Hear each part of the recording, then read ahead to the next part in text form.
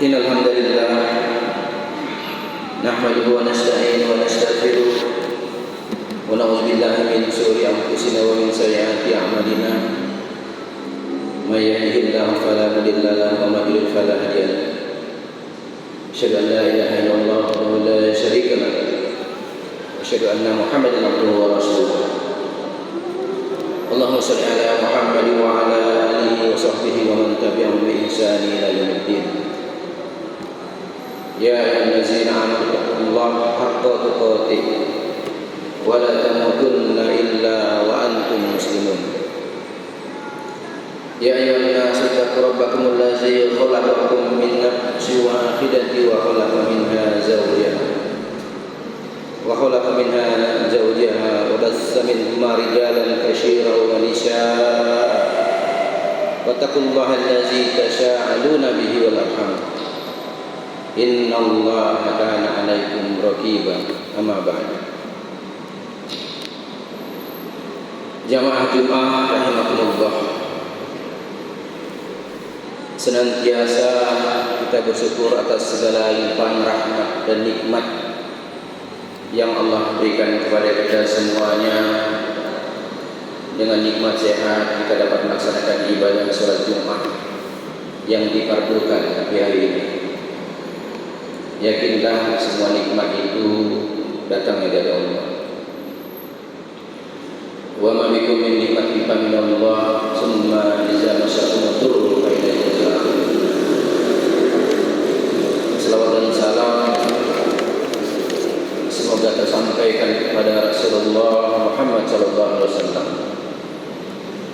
Jamaah Jumat rahimakumullah, dalam kesempatan yang berbahagia ini hati akan menyampaikan tema takwa, baik infak dan sedekah. Bukankah pesan takwa ini senantiasa dan berulang-ulang disampaikan perhati setiap Jumat? Semoga saja pesan takwa ini membekas dan mengefek pada kehidupan kita di Jumat-Jumat berikutnya. Jamaah Jumat rahimakumullah, kita selalu dan berharap menjadi orang yang bertakwa atau mutakin. Orang mutakin adalah orang yang istiqomah menjalankan perintah Allah dan Rasulnya dan meninggalkan larangan Allah dan Rasulnya. Pekerjaannya disebut dengan takwa. Takwa Al-Quran berulang kali disebutkan, hampir 250 kali dengan derivatifnya masing-masing. Dan ini juga mengingatkan kepada diri hati akan pesan takwa ini. Kemudian dalam menjalani kehidupan kita, apa kira-kira ciri orang yang bertakwa itu, sehingga kita tetap konsisten menjalankan pesan dan amal ibadah tersebut dan membuahkan hasil yang maksimal yang mengantarkan kita kepada kemudahan-kemudahan yaumil hisab kelak. Al-Quran, As-Sunnah dan rukun Islam konsisten bahwa takwa itu adalah pengorbanan harta dan jiwa. Jika kita merujuk di surat Ali Imran ayat ke-133 dan 134, Bismillahirrahmanirrahim. Wasari'u ila maghfiratin min rabbikum wa jannatin 'arduha as-samawati wal ardu uiddat lil muttaqin allazina yunfiquna fis sarra'i wad dharra'i wal kazimina al-ghaiza wal 'afina 'anil nas wallahu yuhibbul muhsinin. Surga disediakan yang luasnya seluas langit dan bumi untuk orang yang bertakwa. Ternyata orang yang bertakwa pada sisi infak ini adalah yang pertama adalah allazina yunfiquna fis sarra'i wad dharra. Mereka yang membelanjakan infaknya ketika lapang maupun sempit. Kita sangat paham dan cerdas sekali ketika membelanjakan infak itu ketika lapang. Ketika sempit ini menjadi persoalan. Karena semoga kita terlatih dengan tuntunan ayat ini. Yang kedua adalah ciri orang yang bertakwa, mereka yang mampu menahan amarahnya. Bukankah Rasulullah mengatakan orang yang jago bukan orang yang menang dalam pergulatan, tapi orang yang jago, yang kuat adalah yang mampu menahan amarahnya. Dia pantas marah pada tempatnya. Yang ketiga, selalu memaafkan. Yang keempat, berbuat ihsan. Yang kelima, selalu mengampun kepada Allah pada saat waktu sahur. Dalam kesempatan yang berbahagia ini, Habib akan memperkuat pada sisi pertama, kemana kita belanjakan infak kita ketika lapang dan sempit. Al-Quran, Rasulullah menuntun kita, rujukannya adalah Al-Baqarah yang 215. Yas'alunaka madza yunfiqun qul ma anfaqtum min khairin faliwalidayni wal aqrabina wal yatama wal masakin wa bisabil wa ma taf'alun min khairin fa innallaha bihi alim. Ciri ketakwaan adalah membelanjakan infak ketika lapang dan sempit. Dan infak itu dibelanjakan yang pertama adalah untuk orang tua. Kalau kita laki-laki yang sudah berkeluarga, yang wajib adalah kepada anak dan istri. Yang sudah muakkadnya adalah kepada orang tua, wali-walidayni. Yang kedua adalah saudara dekat, saudara kandung, saudara sepupu, tetangga depan kiri kanan. Ini yang menjadi fokus kita, yang menjadi perhatian kita. Setelah itu orang yatim. Tentu ini juga dalam lingkaran dekat kita. Anak saudara kandung, anak saudara sepupu, tetangga depan kiri kanan. Ini menjadi fokus kita sebelum lembaga ambil berat, sebelum negara perhatian dalam kondisi ini. Yang berikutnya adalah orang miskin, juga dalam lingkaran kita. Saudara kandung, saudara sepupu, tetangga depan kiri kanan. Dan ini menjadi konsen kita. Yang berikutnya adalah yang kelima adalah Ibnu Sabir, yang dalam perjalanan, yang susah ongkos untuk pulang. Terkadang juga banyak saudara kita dari kampung ingin ketemu dengan kita, dan kita pun tak sempat juga untuk mengunjunginya. Maka santunilah dia agar senang hatinya. Jamaah Jumat rahimahumullah, untuk infak jenis ini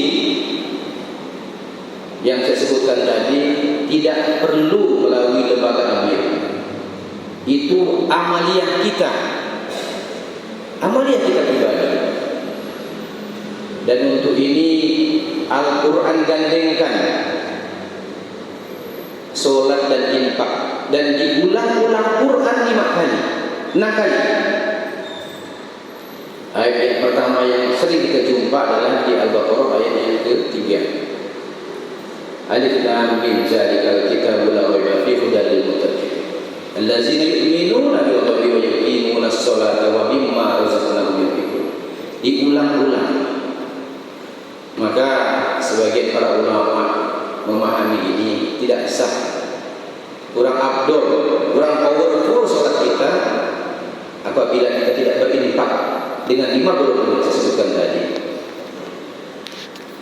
Sekali lagi Hatib sampaikan, dan ini tidak perlu melalui lembaga amil, badan amil, UPJ masjid dan seterusnya. Mengapa kita harus melakukan pengkondisian terhadap 5 yang saya sebutkan tadi, agar mereka jangan kufur dan kita jangan kafir. Bukankah Allah ingatkan kita dalam surah At-Tahrim ayat yang ke-6, jagalah dirimu dan keluargamu dari api neraka. Jamaah Jumat rahimahumullah, itu ciri-ciri orang yang bertakwa dalam kondisi atau dalam melalui jalur infak. Yang kedua, melalui sedekah. Al-Quran, As-Sunnah hampir-hampir tidak membedakan batasan zakat dan sedekah. Bahkan ada hal-hal yang strategis sekalipun. Terkadang menggunakan istilah zakat dimaknai sedekah, begitu sebaliknya menggunakan kata zakat dan dimaknai sedekah. Misalnya dalam pengambilan, Al-Quran menggunakan kata sedekah, tapi para mufassir memahamkan kepada kita semua itu adalah zakat. Khusmin amwalihim sedekah, menggunakan kata sedekah tapi dimaknai zakat. Dalam pembagian 8 asnaf, innamas shadaqatu lil fuqara hingga akhir ayat, menggunakan juga kata sedekah. Hadis Rasulullah, iftaradu alaihim shadaqatan tuhazu min ahlihi faturaddu ala fuqarihim. Ini hadis yang futuristik sekali karena menunjukkan teritorial dan basis. Jamaah Jumat rahimahullah, untuk lengkap detailnya tentang ketakwaan berkorelasi dengan sedekah ini dapat kita baca di Al-Baqarah ayat yang ke-177. Bismillahirrahmanirrahim. Laisal birru an tuwallu wujuhakum qibala al-masyriqi wal maghribi walakinna birra man amana billah. Walakinna birra man amana billahi wal yawmil akhir wal malaikati wal kitabi wan nabiyina wa atal mala tawbi. Hingga di ujung ayatnya, ulaikal ladzina shadaqu wa ulaika humul muttaqun. Jemaah Jumat rahimahumullah, kenapa infak dan sedekah begitu strategisnya bagi orang beriman? Ternyata infak dan sedekah ini berkorelasi, punya garis lurus dengan kematian kita. Bukankah kita diingatkan dalam surat Al-Munafiqun yang ke-10, wa anfiqu mimma razaqnakum min qabli ayati yaqul maut ayaqul rabbi laula akhartani ila ajalin qarib fa asaddaqtu aku minas sholihin. Tunda kematian ku, beri kesempatan untuk bersedekah. Maka lakukanlah infak dan sedekah karena berkorelasi dengan kematian kita. Dan kondisi itu akan kita alami semuanya. Kalau infak tadi adalah ibadah individual, termasuk berdimensi sosial, karena dalam lingkaran sosial kita yang kecil. Tapi zakat dan sedekah ini adalah ibadah kita yang khusus dimensi sosial, untuk sosial. Dan ini spesial, harus melalui lembaga amil. Bukankah ayat At-Taubah yang ke-60 tadi mengingatkan kita, innamas shadaqatu lil fuqara wal masakin wal amilina 'alaiha.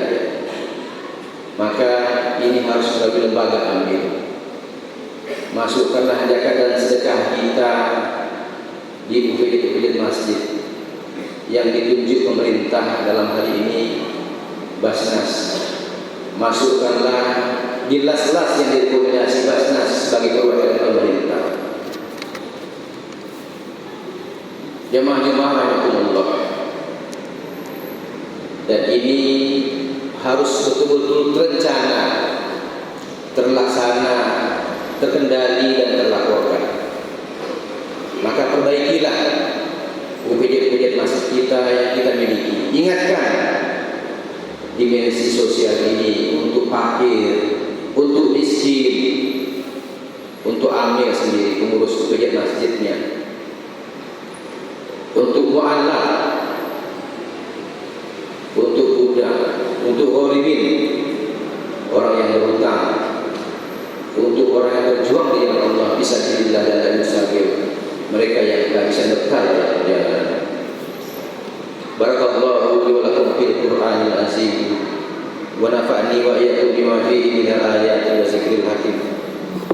Wa taqabbal minni wa minkum tilawatahu innahu samiul alim. Wa qul rabbighfir warham wa anta khairur rahimin.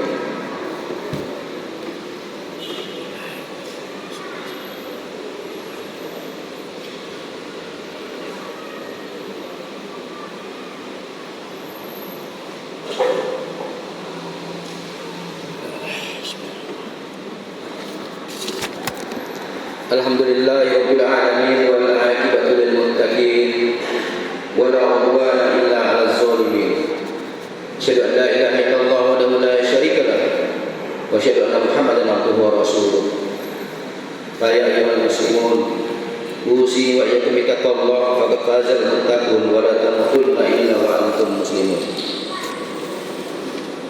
Jemaah rahimakumullah. Dalam khutbah yang pertama ternyata barometer ketakwaan kita adalah dengan infak. Allazina yunfiquna fis sarra'i wad dharra, menginfakkan harta ketika lapang dan sempit untuk kedua orang tua kita, saudara dekat kita, kemudian untuk yatim dalam lingkaran dekat kita, untuk orang miskin dalam lingkaran dekat kita, dan orang dalam kehabisan bekal dalam perjalanan. Itu harus kita jaga, harus kita kondisikan, harus terkondisikan oleh kita. Tapi apabila kita tidak mampu melaksanakannya, maka kita gunakan skenario yang kedua, yang biasa terkenal di Muhammadiyah adalah teori al-ma'ruf, menganjurkan, ajaklah orang, wala yahuddu ala ta'amil miskin, kepada pribadi-pribadi. Kalaupun tidak mampu, saling menganjurkan, saling menginformasikan, dan diulang dalam surah Al-Fajr, wala tahaddu 'ala ta'amil miskin. Yang kedua, barometer ketakwaan kita adalah dengan sedekah. Sedekah yang dimensi sosial ini harus melalui lembaga amin, zakat dan sedekah. Kalau kita tidak sampai hukum zakatnya, zakat punya batas minimal. Punya batas minimal.